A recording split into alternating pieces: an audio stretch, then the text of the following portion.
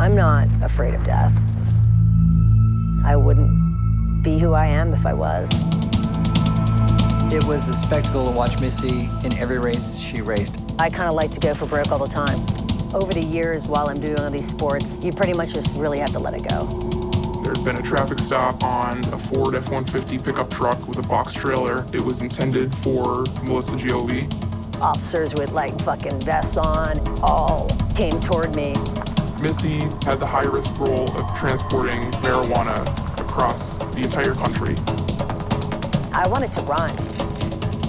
The same way that she was on the bike as she is in life. Go big or, you don't go.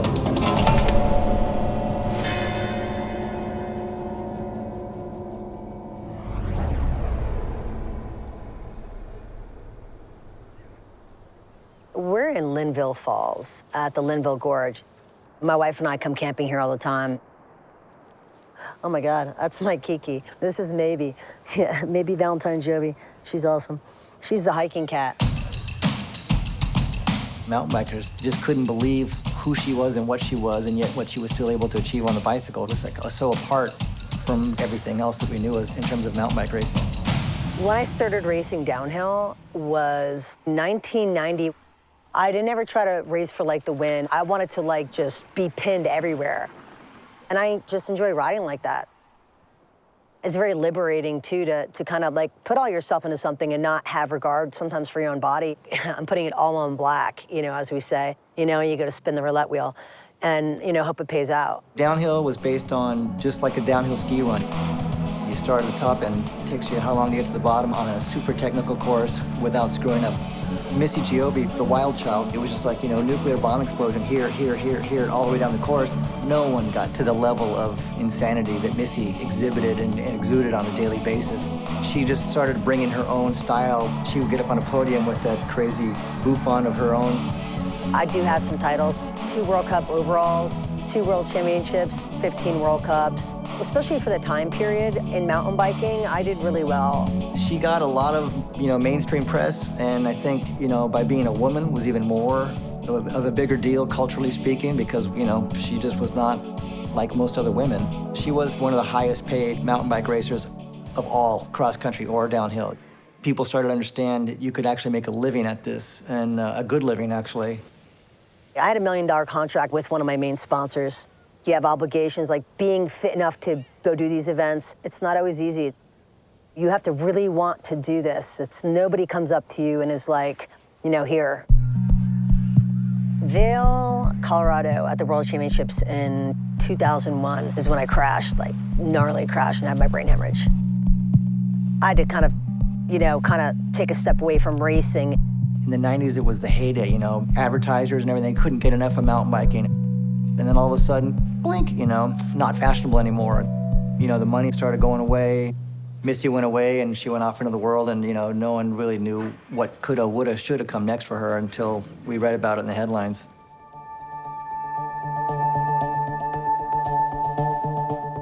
I needed to be able to actually, make more money than I was making at the time. I hadn't been mountain bike racing for a minute. There wasn't really lots of other opportunities.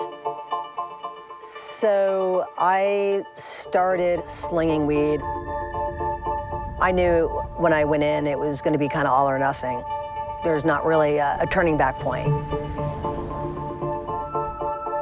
Thousands of pounds were being smuggled. This organization was so profitable, and it was so well organized. The marijuana was coming from the California area to New York. The prices on the pounds ranged from $2,900 to $3,500 a pound, assets that amounted to a little over $13 million.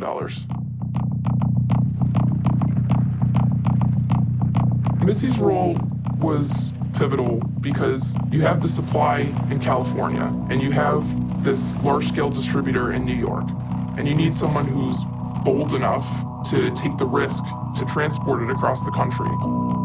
I obviously am like good on dirt bikes and mountain biking and stuff like that. I'm capable of operating under high stress situations. I was meeting people up in like Canada, by myself, with like 100 pounds of weed on my back and dirt biking like hours out of the woods. You know, I'm out there in the dark with like headlight going like 70 miles an hour on the dirt bike with, you know, weed on me in the middle of the night with patrols like chasing and whatnot. There were instances where I had to stop and like bury my bike in leaves and like lay there for like almost over 24 hours. I was really underground. Like, you know, nobody knew I was doing what I was doing. I had code name I went by. I never told anybody my real name. I tried to look different so nobody would recognize me. For the most part, it worked.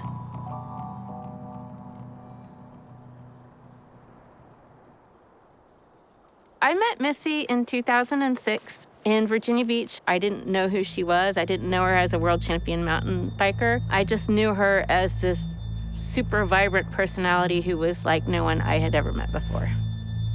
It was 110 days between the time that we got married and the day that she got arrested.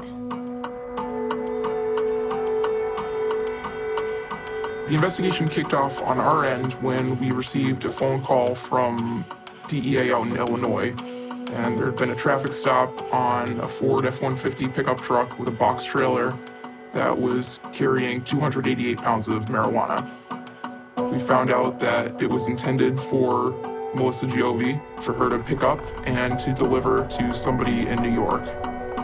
We didn't know how many people were involved. At that point, we knew Melissa Giove, and we knew that, you know, she was a mountain biker. She took possession of the Ford F-150 and the trailer. She ended up at a parking lot. We had surveillance units on it, GPS unit located within the box trailer.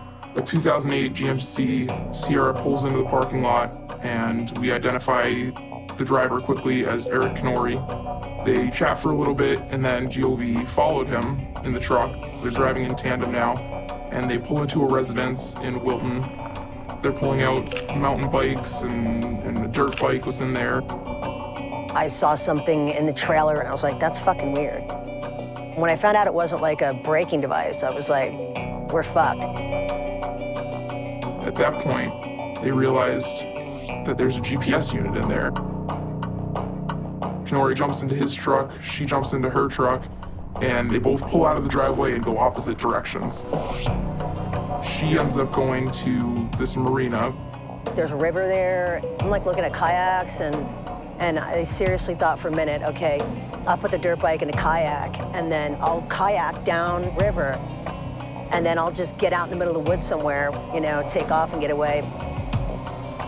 I wanted to run, but, you know, it was going to get back to me, so I just instead kicked back in a lawn chair and rolled a really big fat joint and smoked it because I knew I was going to be arrested. They were coming for me.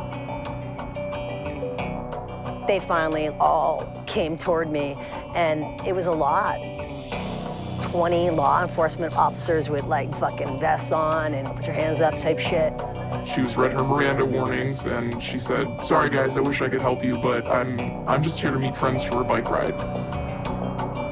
You know, we asked her about, well, where's the GPS unit, and she was playing dumb with that too. And Missy's trailer is 288 pounds of marijuana.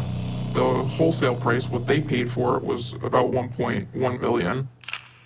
Once we got her in custody, and then we got Canori in custody too, we ended up getting a search warrant for the residence. Inside, we found more marijuana that was already there and $1.473 million in cash.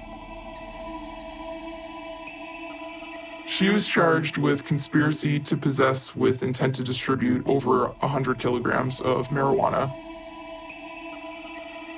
The most extreme sentencing I guess I could have gotten is 40 years. When you hear that, you kind of like brace yourself.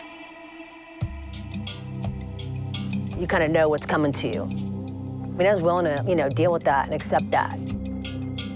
Everybody kind of fell on their own sword and admitted that they were involved. Everybody in this case pled, and nobody went to trial. As part of the plea agreement, Eric Canori was going to forfeit more proceeds, so he brought us up to his stepfather's property, and buried by the chimney were 44 1-kilogram gold bars that had an estimated value of $2.2 million at the time. All in all, during the course of the investigation, the cash and assets that we seized amounted to about $13 million. This operation was huge. Kenori was really a mastermind. I served in Albany County. Any time in the joint is not fun. Nobody wants to be put in a cage. I got time served and 6 months house arrest and 5 years of federal probation. If Missy's gonna get busted for transporting pot, it wasn't gonna be for like something she had in a coat pocket, you know, a TSA. It would be, you know, a trailer full. I'm surprised it wasn't a semi-trailer full, knowing Missy, because the same way that she was on the bike as she was in life, go big or, you know, you don't go. It was a drag just because the sport can always use personalities like that. But to me, personally, it's like, Missy, you came, you made us fall in love with you, you made us fall in love with the sport. Now, you know, go in peace and do something else for the wider world that you've already done for the sport of mountain biking.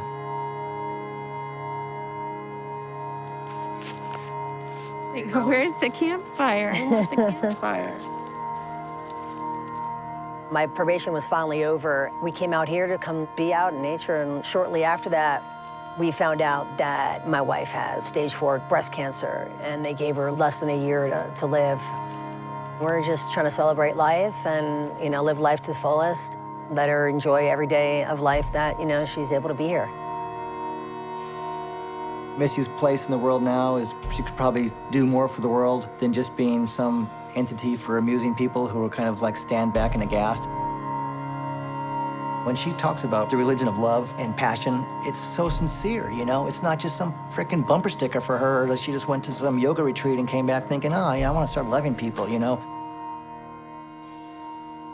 Coming out here to North Carolina and just completely shifting the focus of life so that you're living each day, not knowing if there's going to be another day behind it, and just sucking all of the life out of it really helped me understand better the way that Missy functions. This is Bailey Mountain Bike Park, right outside of Asheville. We are gonna go do a little flying on through the woods. Missy's role was pivotal. You have the supply in California, and you have this large-scale distributor in New York. And Missy, who's bold enough to take the risk to transport it across the country. My life has almost like prepared me for this moment, which is gonna be the, you know, the hardest moment in my life if my wife does pass. I just wanna be present and experience life with her now. You know, like a mainstream bike company probably wouldn't be interested in me now, but you pretty much just really have to let it go. But I love that sensation of flying.